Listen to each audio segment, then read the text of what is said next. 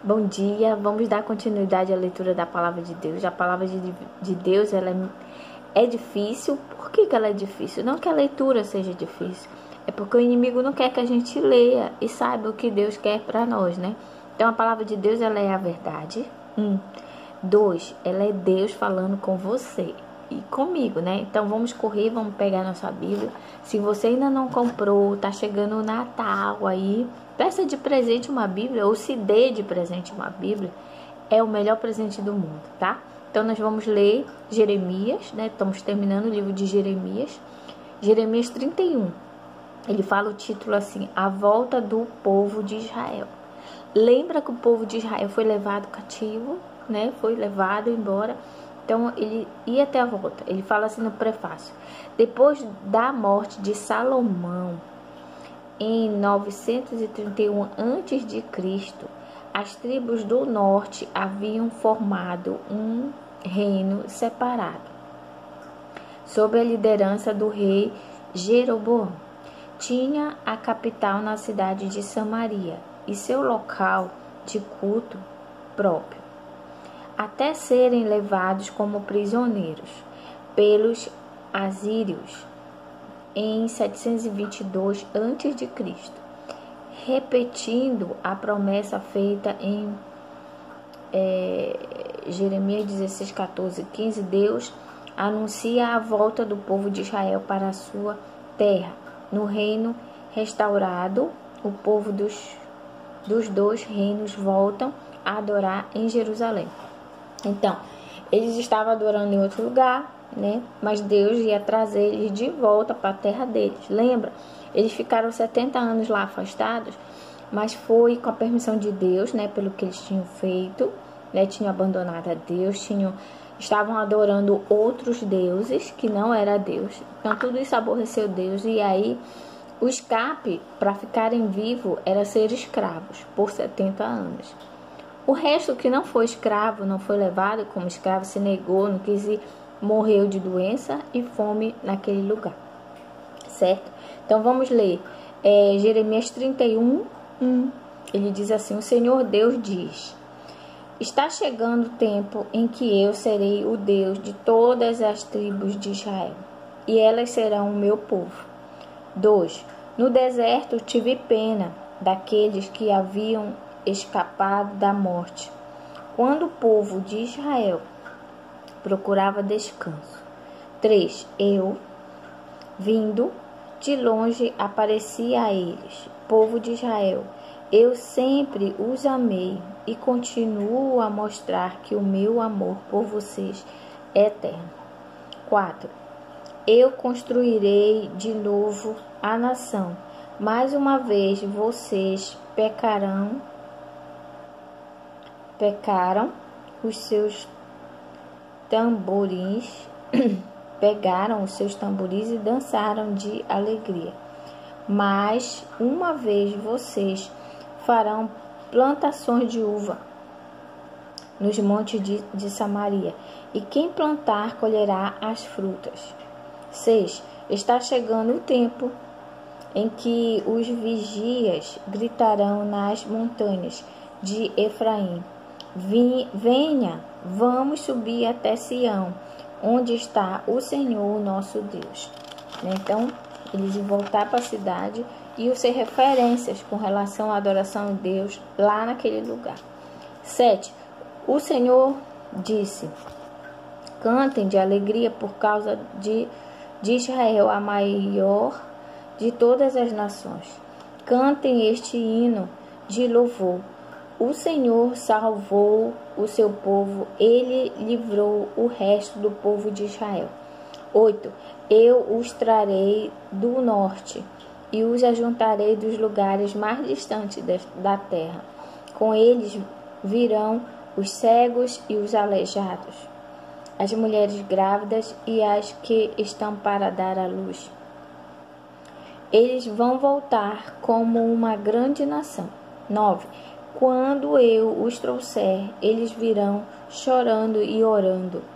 Eu os levarei para a beira da água correntes, por uma estrada plana, onde não tropeçarão.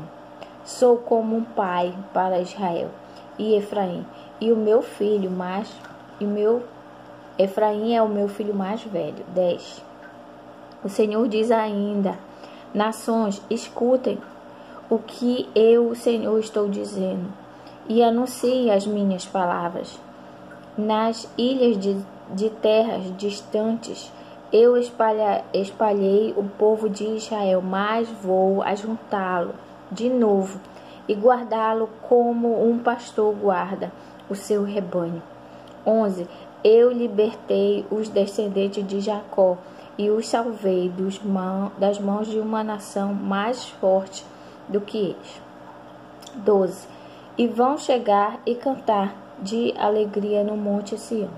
Vão se alegrar com os meus presentes, com os cereais, o vinho, o azeite, o gado e os carneiros. Eles serão como um jardim bem regado e terão tudo o que precisarem. Olha só o carinho de Deus nessa volta, demonstrando todo o seu amor, todo o seu carinho com aquele povo que foi ingrato com Deus, mas que Deus nunca deixou de amar. Quem corrige, ama, né? As pessoas pensam que qual é o pai que corrigindo e está corrigindo por mal, né? Geralmente quando a gente corrige é porque a gente quer o bem dos nossos filhos. E se você não corrigir, amanhã é muito tarde para fazer isso. Então Deus, sendo Deus, ele não brincava de serviço. Quando ele sabia que tinha que corrigir, ele corrigia mesmo. Mas o amor dele nunca mudava. O amor dele nunca mudava por aquele povo. Era um carinho muito especial. Assim como Deus tem hoje um carinho muito especial por mim e por você, que um dia aceitou a Cristo ou que um dia vai aceitar a Cristo. Ele tem um compromisso com as nossas vidas. Amém? É bíblico isso. 14. Alimentarei os sacerdotes com muita comida boa e darei ao meu povo tudo o que precisar. Eu, Senhor, estou falando. Então Deus mandou o recado do carinho e do cuidado que ele ia ter com eles nessa volta, né? Deus tem misericórdia de Israel. Deus tem misericórdia. Ele teve misericórdia de Israel. Aí fala assim: ouve-se um som de Ramã, o som de um choro amargo. Era Raquel chorando pelos seus filhos. Ela não quer ser consolada, pois todos estão mortos. Pare de chorar e enxugue as suas lágrimas. Tudo o que você fez pelos seus filhos será recompensado. Eles voltarão da terra do inimigo. Sou eu, o Senhor, quem está falando. Há esperança para você no futuro. Os seus filhos voltarão para casa. Sou eu, o Senhor, quem está falando. 18. Escuto estas queixas do povo de Israel. Ó Deus, nós erramos como touros novos, ainda não amansados, mas tu nos ensinaste a obedecer. Faze-nos voltar, ó Deus, pois tu és o Senhor, nosso Deus. 19. Nós nos afastamos de ti, mas logo nós nos arrependemos depois que nos castigastes. Curvamos a nossa cabeça em sinal de tristeza. Aqueles reconhecendo que eles estavam errados e que a disciplina de Deus era necessária. 20. Povo de Israel, você é o meu filho querido, Deus falando. O filho que eu mais amo. Sempre que digo o seu nome, penso em você com amor. O meu coração se comove e eu certamente terei misericórdia de você. Sou eu, o Senhor, quem está falando. 21. Ponha avisos e marque a estrada. Repare bem no caminho por onde você passar. Volte, povo de Israel. Volte para as cidades que eram suas. 22. Povo rebelde, até quando você vai ficar na dúvida? Eu, o Senhor, criei uma coisa nova. e diferente na terra. Uma mulher protegendo um homem. A propriedade do povo de Deus. 23. Nós estamos lendo Jeremias 31, agora o 23. Versículo 23. O Senhor Todo-Poderoso, ó Deus de Israel, diz: quando eu trouxer os israelitas de volta à sua pátria, eles de novo dirão na terra de Judá e nas suas cidades: que o Senhor abençoe o monte sagrado de Jerusalém, onde ele, o Deus de justiça, mora. Então, naquele momento, quando começaram a adorar de novo em Jerusalém, era a presença de Deus ali naquele lugar, né? Maravilhoso.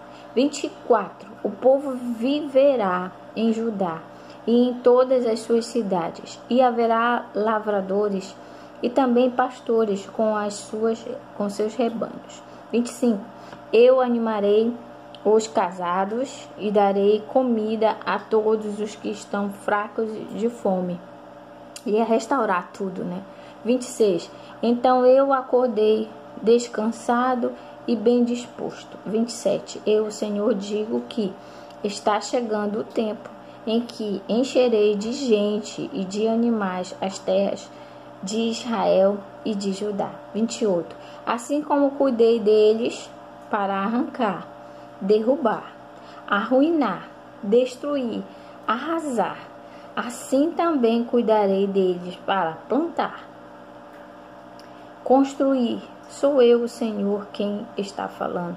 Quando esse tempo chegar, o povo não dirá mais: os pais comeram uvas verdes, mas foram os dentes dos filhos que ficaram ásperos. 30. Pelo contrário, quem comer uvas verdes e que vai ficar com os dentes ásperos, e cada um morrerá por causa do seu próprio pecado. 31. Estamos lendo Jeremias 31, 31 agora. O Senhor Deus diz: está chegando o tempo em que farei uma nova aliança com o povo de Israel e com o povo de Judá. 32. Essa aliança não será como aquela que eu fiz com os antepassados deles no dia em que os peguei pela mão e os tirei da terra do Egito. Embora eu fosse o Deus deles, eles quebraram a minha aliança. Sou eu, o Senhor, quem está falando. 33. Quando esse tempo chegar, farei com o povo de Israel esta aliança. Eu porei a minha lei na mente deles e no coração deles, e escreverei eu, serei o Deus deles, e eles serão o meu povo. Sou eu, o Senhor, quem está falando. Olha só, o Senhor colocando que ele escreveu a lei dele, né? O que a gente deve fazer quanto cristão, na mente e no coração deles, daquela época. E hoje não é diferente, né? Você precisa ler isso aqui precisa ser real na mente e no coração, para que você realmente seja aprovado por Deus, né? 34. Ninguém vai precisar ensinar o seu patrício nem o seu parente, dizendo: procure conhecer a Deus, o Senhor, porque todos me conhecerão, tanto as pessoas mais importantes como as mais humildes, pois eu perdoarei os seus pecados e nunca mais lembrarei das suas maldades. Eu, Senhor, estou falando. 35. Jeremias 31, 35. O Senhor fez o sol parar, ser a luz do dia. O Senhor fez o sol para... O Senhor fez o sol para ser a luz do dia, a lua e as estrelas para brilharem de noite. Deus faz o mar ficar bravo e faz rugir as suas ondas. O seu nome é Senhor, o Todo-Poderoso. 36. Ele promete que, enquanto durarem as leis da natureza, Israel será sempre uma nação. 37. Se algum dia for possível medir os céus e examinar os alicerces da terra, então eu rejeitarei o povo de Israel, por causa de tudo o que ele tem feito. O Senhor Deus está falando. 38. Está chegando o tempo, diz o Senhor, em que esta cidade será construída de novo, desde a torre de Ananel até o portão de Esquina. Dali, a linha da divisa continuará até o monte Gareb, e daí vai virar na direção do Goá. 40. Será sagrado para mim, o Senhor, o vale todo onde são jogados os mortos e o lixo. Serão sagrados também todos os campos que ficam além do riacho do Cedron, até o portão dos cavalos a leste. Nunca mais Jerusalém será derrubada nem destruída. Então, olha só o que fica em Jeremias para mim e para você. Nós vimos que o Senhor é o nosso Pai, e o Pai da gente nos corrige, querendo que a gente acerte e que a gente faça as coisas corretas. Então Deus, ele corrigiu aquele povo de Judá e de Jerusalém, se eu não me engano, e levou as pessoas que foram levadas cativas. Parecia ser ruim, né, naquele momento, mas era um escape que Deus estava dando para que eles não morressem. E as pessoas que ficaram lá cativas naquele lugar, não, nós não vamos sair daqui, né? Nós vamos ficar aqui é a nossa terra. Esses morreram. Quando eles foram levados cativos, o que você viu? Deus deu uma ordem: olha, não se revoltem lá naquele lugar, cuide da terra, obedeça ao rei, né? Vivam em harmonia, porque se vocês plantarem, né, reproduzirem, se dar em casamento, casarem, vocês vão, tipo assim, ter uma vida boa, porque se vocês se revoltarem, vai ser pior para vocês. Deus mandou mais ou menos esse recado para eles. E muitos obedeceram. E aí passaram-se 70 anos. Você que está orando 1 ano, 2, 3, já arrasado já. 70 anos. Pela desobediência, pela idolatria, pela rebeldia daquele povo. Eles passaram 70 anos no cativeiro, como prisioneiros. Mas chegou a restauração. E quando chegou, você viu aqui no 31, foi uma restauração completa. Deus disse: eu nunca deixei de amar você. Assim é o seu pai e a sua mãe quando lhe corrige, né? Fica agora para você que vai assistir meu vídeo, que é novo, que é jovem, que é adolescente, junior, sei lá que idade é, quando você for assistir esse vídeo, é para você que eu tô falando. Quando o seu pai lhe corrige, é porque ele lhe ama. Quando a sua mãe lhe corrige, é porque ela lhe ama. Porque se ela não amasse, ela nunca diria não para você. Ela deixaria você fazer tudo. E nós precisamos levar nãos, porque tem coisas nessa vida que não é pra gente nem experimentar, nem ver, nem estar junto. Os pais da gente querem o melhor, e Deus queria o melhor para aquele povo, porque aquele povo era dele, era escolhido. Como ele falou aqui no 31, ele amava, nunca deixou de amar. Ele cuidou. É como se ele desse o castigo e depois ficasse lá de olho. Ai, deixa eu olhar para ver se eles não se perdem. Nesse sentido. Então, Deus, ele não deixa de nos amar, né? Ele nos quer, mas ele requer, você já está vendo em toda a Bíblia que a gente está lendo, obediência. Obediência à sua palavra, obediência à lei, né?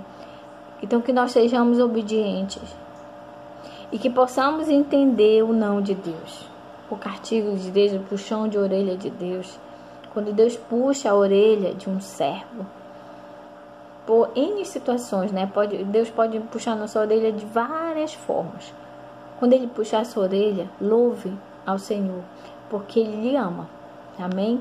Quando o Senhor puxou minha orelha, na hora eu não entendi. Mas no passar, no decorrer da caminhada da doença, eu fui entendendo o que Deus queria que eu entendesse.